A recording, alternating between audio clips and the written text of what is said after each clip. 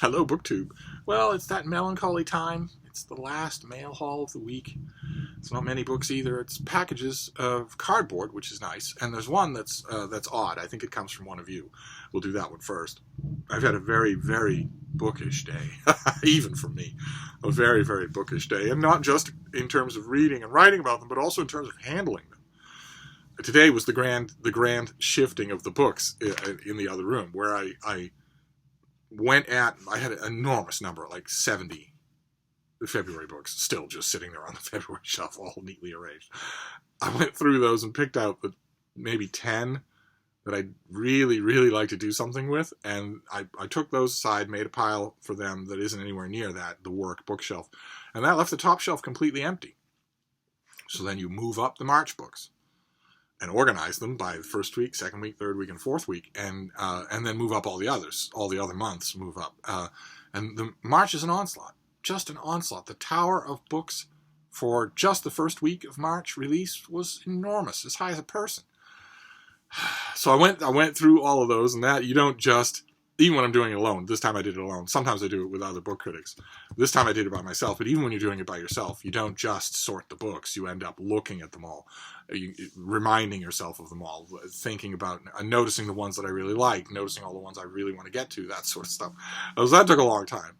And doing that leads to you have a sort of a gigantic pile of cast-off books that you have to do something with. You can't just pile them on the floor and forget about them, unless you're Deb. so I had to sort those too into all sorts of different categories, donations, and the different categories of books here, and all giveaways, that sort of thing. I had to do all of that, and that took time. And then once I was finished with that sort of metamorphosed into grappling with some of the sections of my actual book collection, the history section in particular this time around. So it was a very hands-on bookish day, which I'm not complaining at all. It just means that I need to write all night long. I'm going to do that anyway. so let's see what these final books will be. I'm naturally dreading that these are not so much this first one. This first one is it's a small package, so it's made by somebody that just sent it to me. The other three, I think it's three. Yeah, the other three are cardboard packages, and I'm just dreading now that they are finished copies for February. Because February is effectively done, unless I get a home run winner today. February is effectively done for full-length book reviews, because I've already got all the ones I want to do. And I'm also kind of dreading that there's any March in here, because the March shelf is completely full, but we shall see. We shall see. Let's try this first one. And see what it is. Now, Bean, I don't know. This is plastic. I'm not sure that would be good for you. I also don't know what you're doing on the bed. What are you doing on the bed? Do you want that? I don't know if you do or not. She put it in her mouth, but she's studying it. All right, so what have we got here? Okay, it is an advanced copy.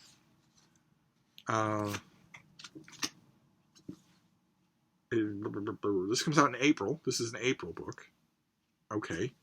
This is by Rich Kiselewski, and it is Confessions. This, I don't think it's going to look like this. This is just the advanced copy. What have we got here? The bodies of young women are being left in a triangle of multi-state locations.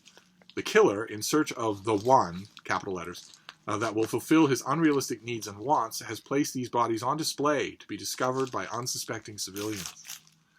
The victims all bear similar atrocities, cuts and markings on their bodies, eyes and mouths sewn shut, ears severed. Police detective Maeve Brennan is chosen to lead I remember this. This author contacted me, asked me if he could send me his book. And we had a little back and forth because when I read this plot description, I got to that name. I thought, what? I knew a Maeve Brennan. It was an author.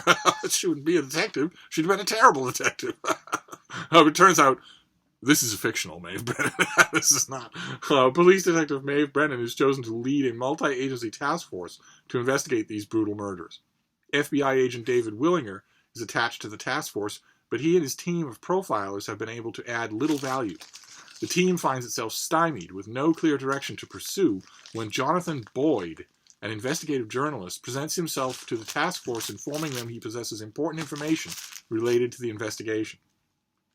With critical holes now filled in, plus a vital find by Willinger's team, they formulate a strategy to apprehend the killer, but the plan quickly goes south.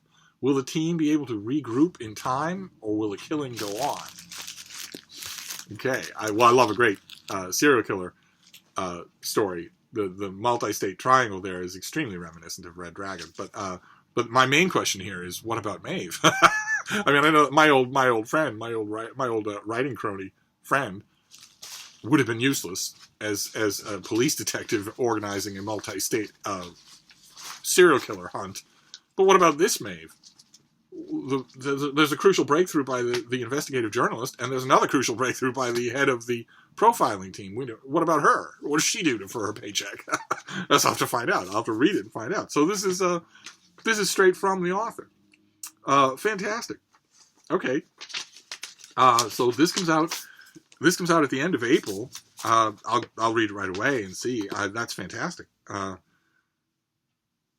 Okay, so it's a serial killer thriller. This is from it's still from an author. It's just not from a major publisher. And those of you who are authors who are out there, feel free to email me and get this in motion. I'd be happy to give your book a shot.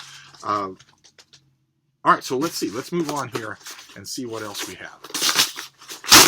We'll just have to hope these could all three be finished copies. In which case, my careful day of planning with books is going to be ruined.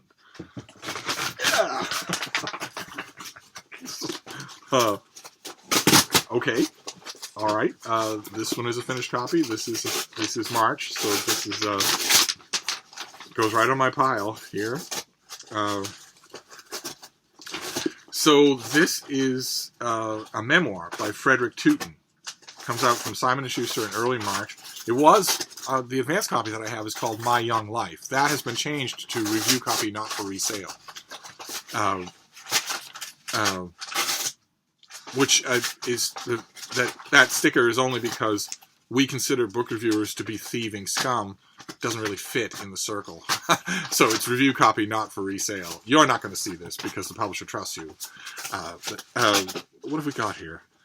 Novelist and essayist Frederick Tootin has had a vivid life, writing novels and art criticism, being a part of the New York art milieu at the height of pop art, traveling through Europe and South America, and even conducting writing workshops with Paul Bowles in Tangiers. In his first memoir, he shares intimate glimpses of his early years, from being beguiled by his scoundrel father and watching his beloved grandmother pass away, to experiencing his first artistic stirrings while forming the friendships with older artists and writers that would inspire him for years to come. He was born and raised in the Bronx at the height of the Great Depression, to an impoverished Sicilian mother and a mostly absent Southern father. Determined to trade his gray neighborhood streets for the romantic boulevards of Paris, he attempted to paint and draw. At 15, he dropped out of high school to pursue the bohemian life he'd read about in books, a life of cafes and worldly women from whom he could learn and grow. Okay, fantastic. Well, I have this. It's right around the corner. It's one of those first week in March books. I just haven't got to it yet. That's all. And this is a perfect kick in the pants to let me do that. So on the March shelf there is an advance copy of this with the original title. I guess I'll swap it out. Who knows? Let's see, and get to it right away. This weekend I'm going to spend paying close attention to the books remaining for February. And I think next week I'll also pay an enormous amount of attention to those books for February to try and do just a figure of justice to the remaining books in the month before I move on. Oh God, okay. All right. And this next one's also a finished copy, also for the first week of March, if I remember correctly. Yes, it is. Okay. This is a finished copy of something I think we saw already. This is T.J. Martinson. That is our author. And this is his book, The Reign of the Kingfisher, in a finished copy. This is, I think we saw this already. I think this is a superhero book. This is his debut. In his genre-bending novel, T.J. Martinson imagines a tormented, unforgettable hero who will move us all to ask what justice really looks like, the Kingfisher. Chicago used to have a superhero, known to his fans and enemies alike only as the Kingfisher. Some saw him as a savior who kept the city's drug dealers and thieves off the streets, while others thought he was nothing more than a masked vigilante who took things too far. Now he's been dead for more than 30 years, and in those decades, crime has come back home to roost in the city. One criminal believes the Kingfisher is still alive, and he's willing to add as many bodies to the city's death toll as it takes to prove he's right. The masked gunman captures hostages, and in videos that spread across the city, he promises he'll kill them unless the police admit they faked the Kingfisher's death all those years ago. Okay. All right, great. And this is the author's debut novel. That's fantastic. I, once again, have not got to it, so this is just going to replace the advance copy that's out there. I handled this advance copy just earlier today. So this will replace that, and I will get to it. I will get to it. Next week, I will get to it. And then the final one, this is heavy enough, so there's probably another finished copy. It's probably another March finished copy. It's probably another March 5th finished copy. Let's see. Oh, no. No,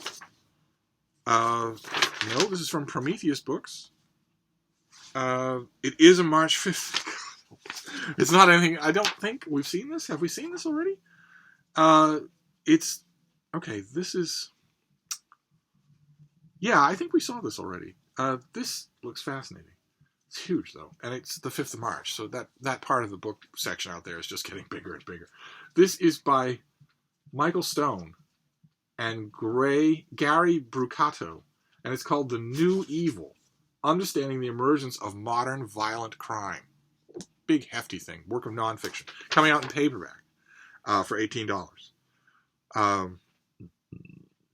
Revisiting Dr. Michael Stone's groundbreaking 22-level gradations of evil scale, a hierarchy of evil behavior first introduced in his book, The Anatomy of Evil. Stone and his collaborator, a fellow violence and serious psychopathology expert, here provide even more detail, using dozens of cases to exemplify the categories along the continuum. The New Evil also presents compelling evidence that since a cultural tipping point in the 1960s, certain types of violent crime have emerged that in earlier decades never or very rarely occurred. The authors examine the biological and psychiatric factors behind serial killing, serial rape, torture, mass and spree murders, and other severe forms of violence. They persuasively argue that, in at least some cases, a collapse of moral faculties contributes to the commission of such heinous crimes. Well, I would think, yes, that would be true. Such that evil should be considered not only a valid area of inquiry, but also in our current cultural climate, an imperative one. Evil. Naturally, the 8,000-year-old Boston Irish Catholic in me is nodding. It was only silly of contemporary society to ever abandon the concept of evil. Further, the authors explain how personality, psychosis, and other qualities can meaningfully contribute to particular crime, making for many different motives. Relying on their extensive clinical experience and examination of writings and artwork by infamous serial killers, these experts offer many insights into the logic that drives horrible criminal behavior. Okay. All right. Fantastic. All right. This shot right to the front of the class. My only question is, the one that obviously is raised by, it's raised right away by that pub sheet. Okay, the back of this book is not the text of the pub sheet. It's just blurbs. Probably for, okay, so where is, if you're a customer just holding, wow, the inside is also all blurbs.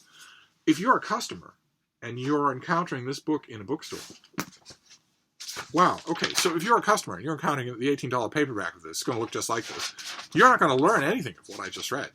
That information, some variation of it, is usually on the back of the book, but not in this case. You're not going to know anything about this. And I now that I have read that, I'm wondering if I need to read The Anatomy of Evil. I can't remember if I ever did, but it sounds like this is an extension of that work. So I'm wondering, is it dependent on that work? I'll have to do a little digging around and find out. But what about the customers in bookstores who don't even know that might be an active question. That's odd that the book would come with no description of what it is aside from the one in the blurbs. I guess maybe the blurbs are just so really good that that they think they can rely on them. Either way, it's a subject of intense fascination for me. So I will. This is the 5th of March. I will bump this right ahead to the head of the list. Fantastic. Okay. All right, so that's our last mail haul of the week. What an interesting batch. So all March 5th, except for one. Thank God, that author spared me. So we have The New Evil, study of the very worst violent criminal offenders, and in a new framework of psychopathology and also morality. And that comes out on the 5th of March. And then we have The Reign of the Kingfisher. This is the finished copy of a debut novel about a superhero who may or may not be dead and may or may not be successfully flushed out of retirement, or someone taking his place. And this also comes out on the 5th of March. And then we have a review copy, not for resale, a memoir of Frederick Teuton's life growing up, experiencing the art world, escaping the dirty gray streets of his origins. That sounds wonderful. And then Confessions by Rich Kisielewski. I'm sure that this is not what it's going to look like, but it's a serial killer novel. So it's a nice bookend there, 2 serial killer books. And it comes out in, when did we say, April? It comes out in April. It absolutely should, late April. It absolutely should not have the title Confessions, any more than it should have the title The Reckoning. But I'm willing to look past that and read the book. So there you go. That is our last mail haul of the week. But there's still plenty of other bookish stuff to talk about, so I will be back. Thank you, BookTube.